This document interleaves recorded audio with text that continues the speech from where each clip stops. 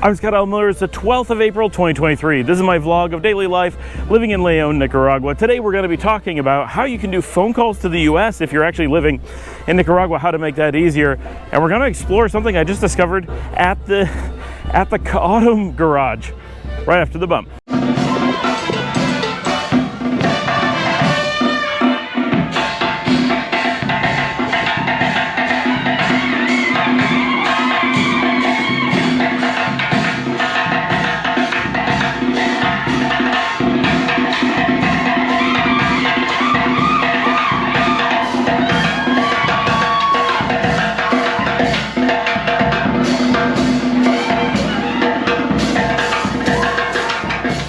So that is a birthday party going on, and that's really common here for birthday parties to have those bands show up and play super loud, kind of like parade music with drums and trumpets and stuff out either in the street or kind of in the open area.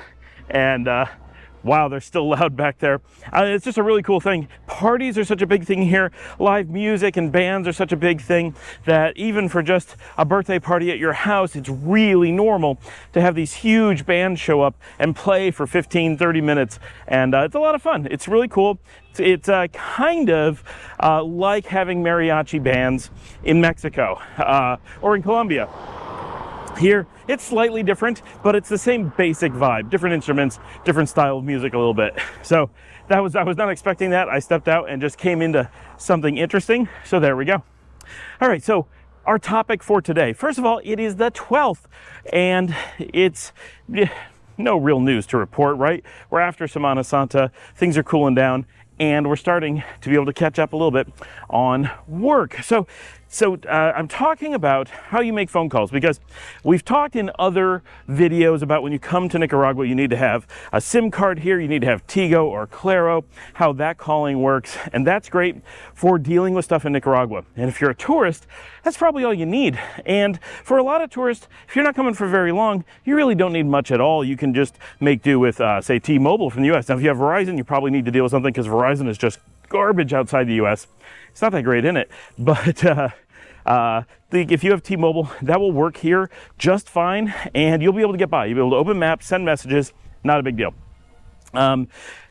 But if you want to call the United States, if you're on vacation, that's probably not something you need to worry about. And of course, you can use things like we've talked about: WhatsApp, Telegram, Signal, plus anything you use for a business, Zoho, Click, Microsoft Teams, Slack, all Google Meet, all those things are going to let you make calls and just do whatever you need to do to communicate back to anybody anywhere in the world. But there is, at some point, you're going to want to be able to, or a lot of people are going to want to be able to, make traditional phone calls back to the US and just sit on the phone and give people a number and let them dial in or out just like someone in the US. This is diminishing over time, but it's going to take a long time before it completely goes away, because the mechanism is well entrenched and it works for the most part, right? And especially if you're calling family or whatever, sometimes convincing them to move to something, and especially if you're talking to a bank,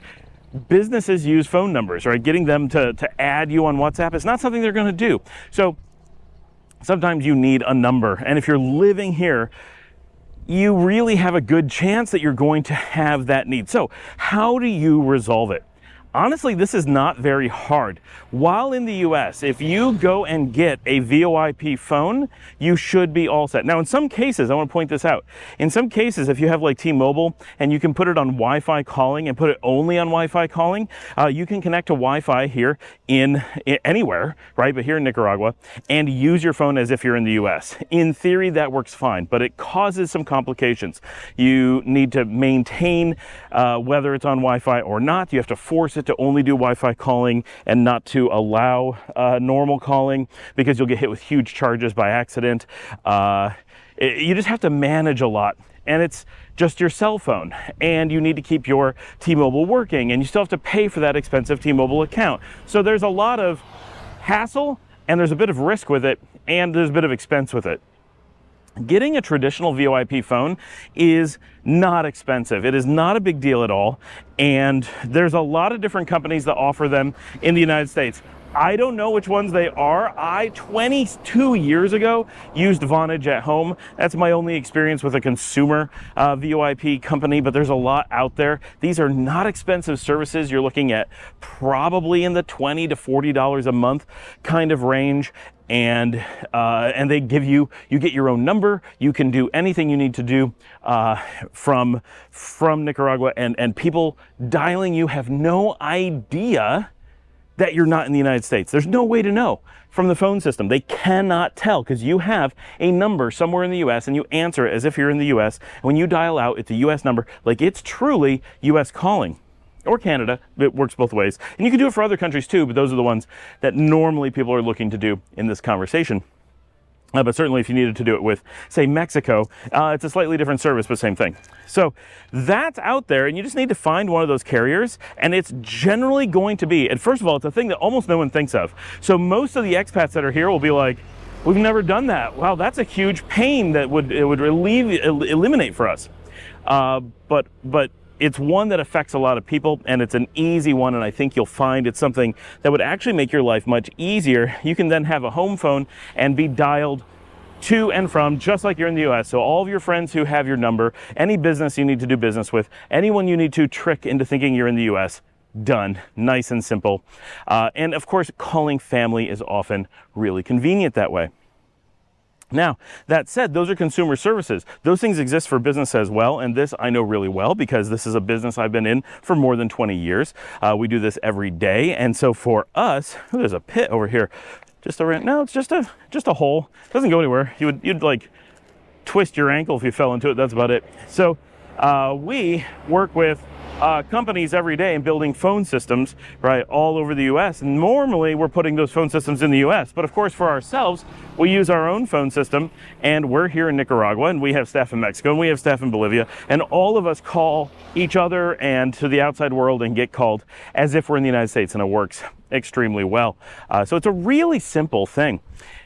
Now, it's worth noting, one, this is a service that we could potentially provide for expats that are looking to live here. It's a little bit more complicated to do that, and I'd have to talk to engineering, and I haven't put any real thought into whether this is a service that people would care about. The benefit to using a company like us instead of going with traditional ones is I think we can get the price down and have service in the country, like actually, you know, be aware that you're doing it from Nicaragua, know how it's going to work, be able to price around the specific use cases that are very simple, and then just track minutes by who uses them, and if someone's using a ton of minutes, they would get charged extra or something. I think there's a mechanism there that if I spend some time with engineering, we could come up with something. But what's most interesting about that, or to building your own, because you could do your own VoIP, you don't need a company to do that. But it's awfully handy too. You got to know a lot of pieces to do it yourself. But if you did that with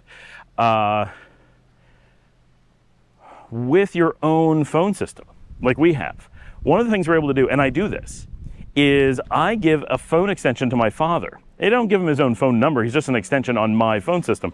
But I give that to my father, and if we want to talk on the regular phone, and we don't do this very often because mostly we use Telegram or whatever, we have things. But if we want to call on the phone, he has a phone sitting in his office on his desk, and I'm able to call him as an internal extension. There's no cost to that. There's no per minute. Now, most consumer phones don't have per minute, but one of the reasons that business phones end up being cheaper is because they do charge per minute. But when you want to do a lot of calling to someone, all you have to do is give them a phone or put an app on their cell phone. You don't need anything physical. You could just do an app on their cell phone or an app on a laptop, whatever, or a physical phone if you have someone who just likes that, like I do, or someone who's, you know, elderly and needs a traditional phone. They don't want to know that it's something special. It's just a normal phone to them, or it has a nice built-in speakerphone, whatever. That's very doable. And then you get unlimited calling internally between people. And so if you had, say, parents or kids back in the US, but you wanted to move to Nicaragua, by having a system like this, with any VoIP system, you can find a way to make this happen. But if you're building your own or whatever, very easy, and we do this ourselves internally, you can then call unlimited between people. So I can call my father. I could leave that phone on speakerphone, leave it going on my desk 24 hours a day, 7 days a week. It wouldn't cost a penny, and we'd be able to talk just all day long as if we're sitting in the room together. And because we build our own phone systems and know how to do it, we use a special codec or encryption of the audio that uses less bandwidth and sounds better. So it's actually like better than CD quality audio. It's like got deep bass and high trebles. It sounds really good. It's like you're in the room with someone. And it uses less bandwidth than traditional VoIP phones, which don't use a lot. Don't let anyone tell you that it uses a lot of bandwidth. That is a scam. It does not. But this uses even less, and it's more resilient, but most phone companies won't provide it because it uses more computing power than traditional methods, and so they try to cheap out, and most people don't research this or understand it, and so they don't realize one of the most important things about a phone provider is, do they use the Opus codec? It's just not a thing you ask, but it's a thing everyone should know. And so by doing your own or working with a company that does that, you can get that and get this amazing quality at really, really cheap prices. There's some ways to do this. So VoIP calling is, I think, the secret to a lot of things. And people from the channel have come to my house and been like, oh, I got to use a phone. I got to make calls in the US. And it's like, yeah, we have phones. Every room can have a phone. Like, it's really easy to have a lot of phones and just make calls, receive calls, give out a number. And for us, it shows up like we're calling from New York, but you can make it from Texas or wherever. It's such a powerful thing, and I don't really think about it too much. None of us do, because we've always had them. We didn't do it because we were moving. We've always had these phones as our house phone and as the company phone, and all of our team everywhere in the world gets a phone automatically when they join the company. So we never sit around going, how do I make a US call? Because everyone can always make a US call. We just never have to tackle it. But all the other expats that we talk to, they don't have those things. Except for Alan, because he's on our phone system, so he does. But all the other expats are like dealing with cell phones or trying to get someone in the States to make a call for them. Like, it's really complicated, and it really can be a really cheap thing that you can solve on your own and have a lot of really cool features. And if you're in an extended family, having a lot of people on the phone system and being able to have parents and kids and aunts and uncles, and then you get this really cool network of being able to call each other all the time. And you can do conference rooms, and that doesn't cost anything. So you can all jump on a conference room and talk together and catch up. There's a lot of cool stuff you can do by having a good phone system. People just don't think about. No one does, right? Even businesses struggle to really understand how phone systems work and what they can do and how a phone system can benefit their business and be something of value to them rather than just the base necessity of being able to answer when a customer calls or whatever. So I think that's actually a really cool thing that is worth investigating or at least considering prior to moving anywhere. As part of just preparing your life for moving, is having a really great VoIP system. That would never be one from your ISP, right? The first rule of phones, for those who've never researched, absolutely the first rule of phones. If there's one company in the world that you never get your phone from, it's whatever company provides your internet, right? Never get a phone from your internet provider. It doesn't matter what internet provider it is. It's the fact that they are your internet provider means they should not be your telephone provider, because the two will be linked together. And that's the thing, all the power in having modern phones. And this goes back to the 1990s. Got the chicken bus going by there. Since the 1990s, there is no reason for your phone calling to be tied to the physical lines coming into your house or the provider coming to your house. That's all that's just a sales gimmick. They know a lot of people believe that to be true, and they prey on those people. But you do not need to do that in any way whatsoever, and your freedom, once you get a quality, real VoIP system and are able to make calls, take your phone anywhere, call anywhere from anywhere, it is so liberating. It is such a powerful tool and such a tiny investment. And tons of you will already have VoIP phones in the US, but tons do not. A lot of people rely on their cell phones. So there was a time period when almost everyone we thought was going to have this, and then people abandoned it for just going to cell phones, being like, I don't really call that much. I don't need a phone infrastructure. And I get it. It makes sense. But when you're going to move, cell phones are actually much more legacy in how they work than VoIP phones by decades. And so you're very limited if you only work with cell phones. And if you move to having a VoIP phone, that investment, that planning and very tiny financial investment before you leave wherever you're leaving, and have that ready to go, that empowers you to do so much more in your move and be able to live somewhere so much better and be able to be flexible to move between places so much more. Now here, if you get like Claro in the house like we do, yes, we got a Claro phone landline with it just in case we need to make an emergency call. Fine, we don't pay extra for that, it's just included.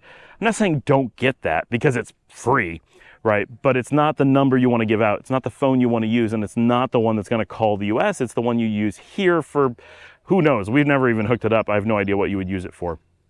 You use cell phones and WhatsApp for everything here, but to call the US, because the US still uses phone numbers, you need, or probably need, some mechanism to be able to call back to the legacy world. And it's really a simple thing to tackle, and just no one thinks about it because they don't work in this space, so it's not something that on the tip of everyone's mind.